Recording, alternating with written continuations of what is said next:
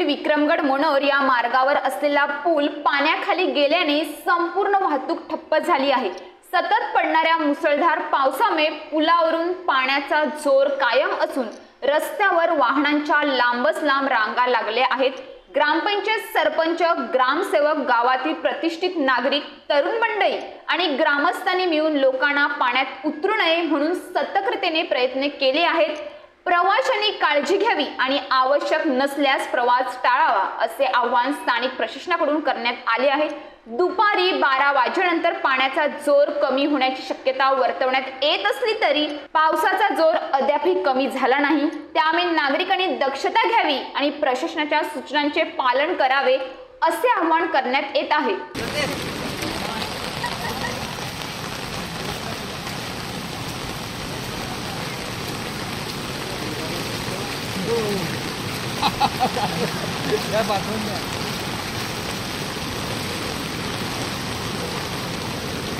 अशाच ताज्या बातम्यांसाठी आमच्या न्यूज पोलीस रिपोर्टर चॅनलला लगेच सबस्क्राइब करा आणि बेल आयकॉन दाबायला विसरू नका।